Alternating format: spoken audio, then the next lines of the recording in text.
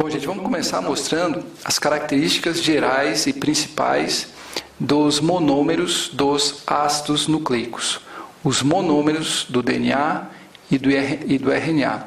As unidades que, repetidas, unidas, dão origem ao DNA e ao RNA. A gente diz que os ácidos nucleicos são polímeros de nucleotídeos.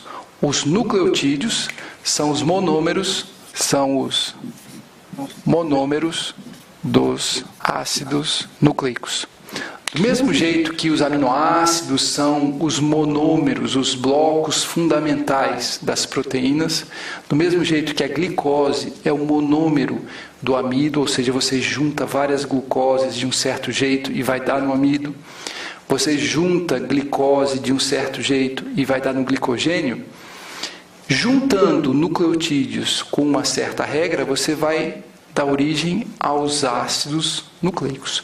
Então, os nucleotídeos são os monômeros dos ácidos nucleicos. Os nucleotídeos se dividem em dois grupos principais: os ribonucleotídeos e os desoxirribonucleotídeos. Os primeiros, os ribonucleotídeos, são os monômeros que unidos dão origem ao RNA. E os desoxirribonucleotídeos são os monômeros que, quando unidos, dão origem ao DNA. Então, esses dois tipos, essa divisão principal entre os nucleotídeos componentes dos ácidos nucleicos, na verdade reflete ou está na origem da diferença entre o DNA e o RNA. Os ribonucleotídeos se unindo dão origem ao RNA. Os desoxirribonucleotídeos se unindo dão origem ao DNA. E para perceber a diferença entre ribonucleotídeo e desoxirribonucleotídeo, a gente vai ter que mostrar para vocês, começar a mostrar a estrutura do nucleotídeo. É analisando a estrutura, os componentes de um nucleotídeo, que a gente vai conseguir apontar a diferença fundamental entre um ribonucleotídeo e um desoxirribonucleotídeo. Então vamos ver isso agora. Todos os nucleotídeos que a gente encontra nos ácidos nucleicos podem ser descritos ou esquematizados seguindo esse esquema. Uma pentose, um açúcar de 5 carbonos, 1, 2, 3, 4, 5, isso é uma pentose.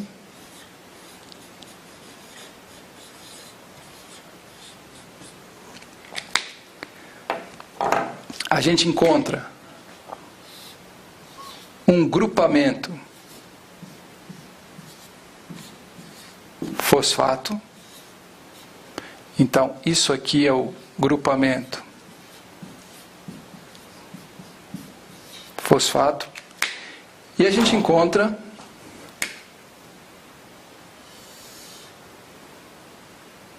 que eu vou representar assim, uma base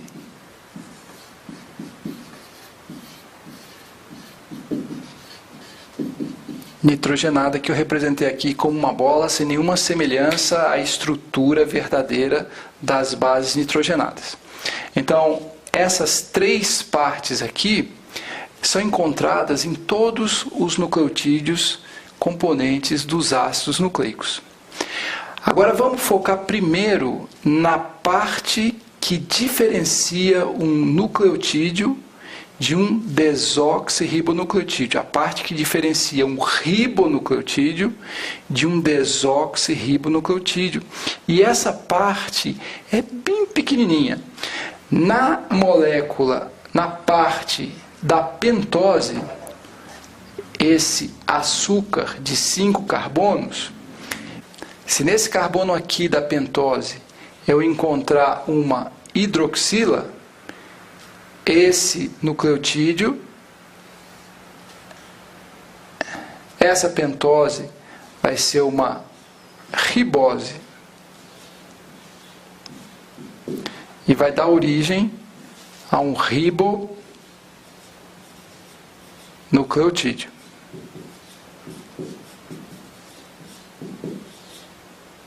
Se, em vez de hidroxila, eu encontrar, vou representar assim, um hidrogênio, ou seja, aqui não houver hidroxila, houver um hidrogênio, esse açúcar, essa pentose, vai ser uma desoxirribose.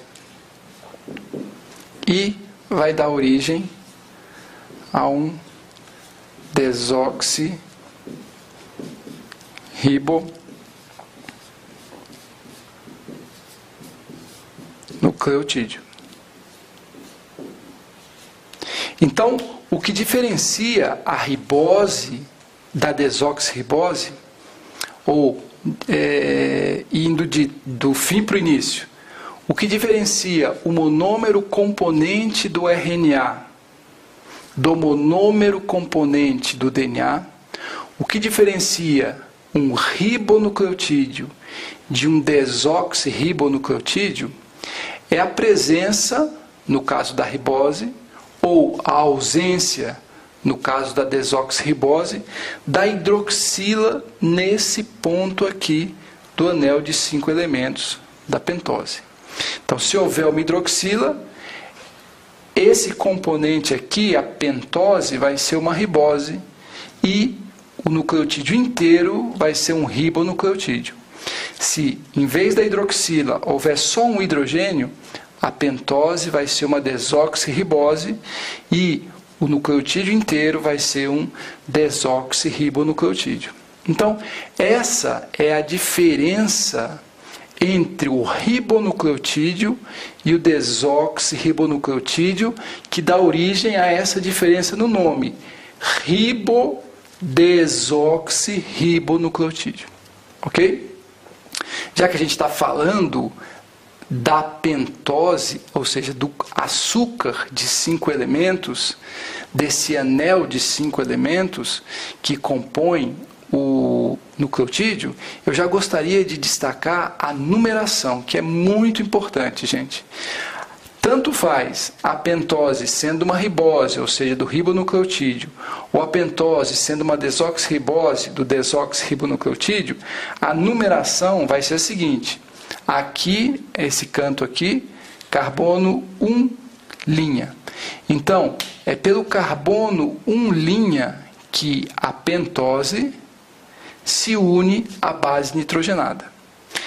Esse carbono aqui é o carbono que a gente chama de 2'.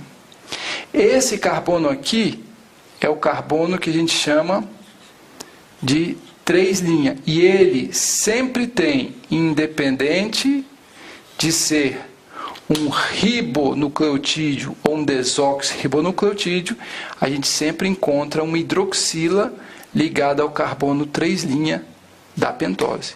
Esse carbono aqui é o carbono 4'. E esse carbono aqui é o carbono 5'. Gente, é muito importante que vocês guardem essa numeração da pentose dos nucleotídeos. 1', 2', 3', 4', 5'. São os 5 carbonos que compõem a pentose, um dos componentes, uma das partes, das regiões que forma o nucleotídeo, tanto o desoxirribonucleotídeo como o ribonucleotídeo.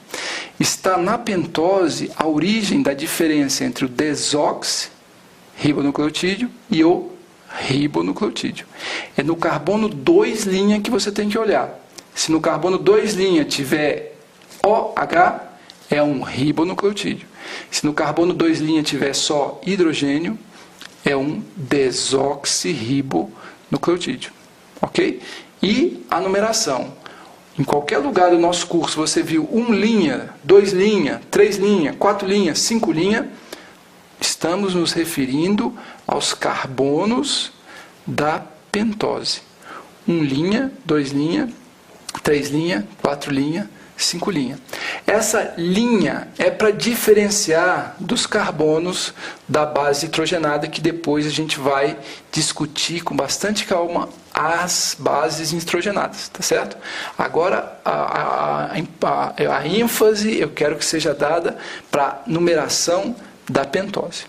1', carbono 2', carbono 3', carbono 4', carbono 5'. Tá bom? Uma outra coisa que é importante a gente destacar é que no carbono 5' está unido um fosfato. Então, esse fosfato a gente sempre encontra no nucleotídeo. Se você encontrar um dia só assim, CHOH, sem o fosfato, o que sobra a gente dá o nome de nucleosídeo. É uma diferenciação bem bobinha, né? Mas se vocês virem em algum lugar escrito nucleosídeo, é a pentose associada à base nitrogenada sem fosfato nenhum. Se você fosforila o nucleosídeo, você dá origem ao nucleotídeo. Tá bom? É um detalhezinho bem bobo. Mas o fosfato está ligado ao carbono 5' da pentose. Então, já comecem a se acostumar ao fosfato ligado ao carbono 5'. Ouviu falar 5'? Opa, carbono da pentose, que normalmente está associado ao fosfato. Esse fosfato, ele pode ser um fosfato, 2 ou 3. Depois a gente vai dar o exemplo. E aí a gente diz que é um nucleosídeo monofosfato, nucleosídio bifosfato ou nucleosídio trifosfato.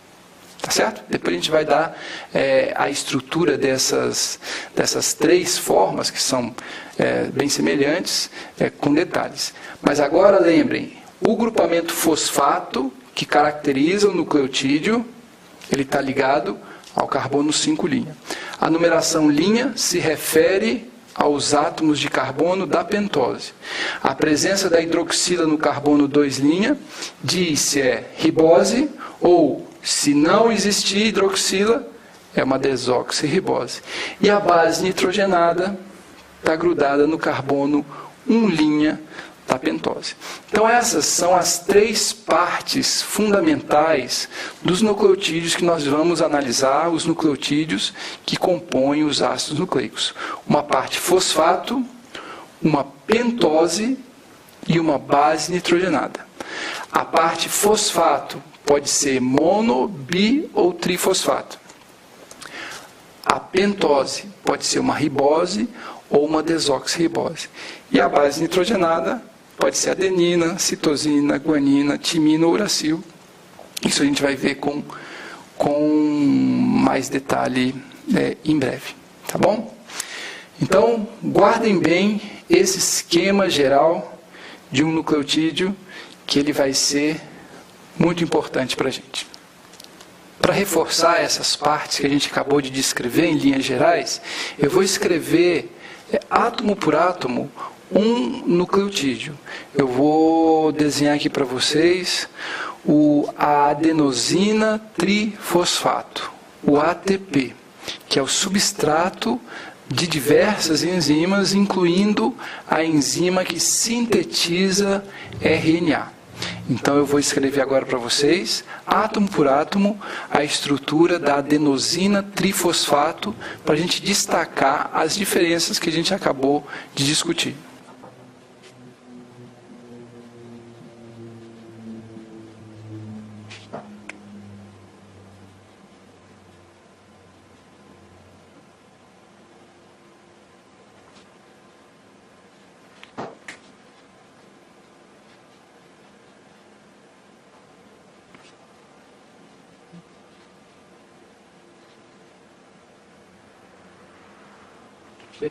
Espero que eu tenha escrito certo. Depois vocês confiram no livro se essa estrutura que eu escrevi aqui é de fato a base nitrogenada componente da adenosina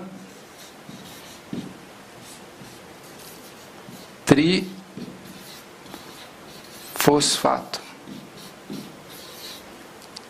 Essa base nitrogenada, vamos começar aqui pela base nitrogenada, componente da adenosina trifosfato. A base nitrogenada é a adenina. A base nitrogenada é a adenina. Essa parte aqui é o fosfato. Nesse caso, a gente tem 3 grupamentos fosfato. 1, 2, 3. Então, isso aqui é o trifosfato. A gente normalmente se refere a esses 3 grupamentos fosfato como alfa, beta e fosfato gama. Fosfato alfa é o que está mais perto do carbono 5' e o fosfato gama é o fosfato da ponta. E aqui, a última parte, a pentose, a numeração 1', 2', 3', 4', 5'. Esse aqui é o carbono 2'. Como existe uma hidroxila no carbono 2', essa pentose é uma ribose e a adenosina trifosfato é um ribonucleotídeo. Então, a adenosina trifosfato é um ribonucleotídeo com 3 fosfatos, ribose como o açúcar, a pentose, e a adenina como a base nitrogenada. Tá bom? Então a gente vai fazer esse esquema nos próximos vídeos para timina ou timidina trifosfato. A timina é a base, timidina trifosfato é o nucleotídeo. A gente vai fazer para uridina trifosfato.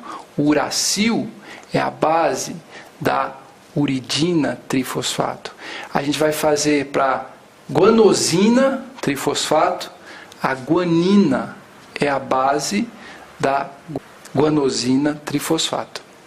É um bando de nome, tudo um parecido com o outro. Aos pouquinhos a gente vai conseguindo utilizar apropriadamente cada um dos nomes.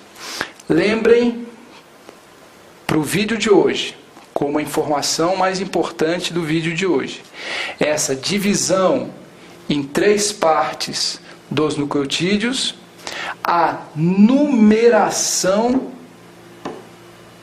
do açúcar do nucleotídeo. 1', 2', 3', 4', 5'. Se eu tivesse que apontar o mais importante, seria isso. A numeração da pentose do açúcar, componente do nucleotídeo. Agora, quando a gente está com pressa, como é que a gente escreve o ATP bem rápido? Adenosina trifosfato. Como é que a gente esquematiza o ATP de uma maneira bem resumida? E essa maneira a gente vai usar cada vez com mais frequência. A gente pode fazer o seguinte, ó, simplesmente ribose trifosfato. Pronto. Escrevemos rapidamente, utilizamos um esquema super resumido, simplista do ATP. Adenina representada simplesmente por essa bandeirinha com A. A ribose, destacando a hidroxila do carbono 2', e o grupamento trifosfato representado como um P circulado. Então aí eu já não tento representar átomo por átomo, mas uso um símbolo geral para representar um conjunto de átomos. Isso aqui é um jeito que a gente usa para representar o ATP de uma maneira bem rápida. Tá bom? bom? Então, esse esquema, a gente vai ter que se acostumar com esses esquemas resumidos de representação de estrutura.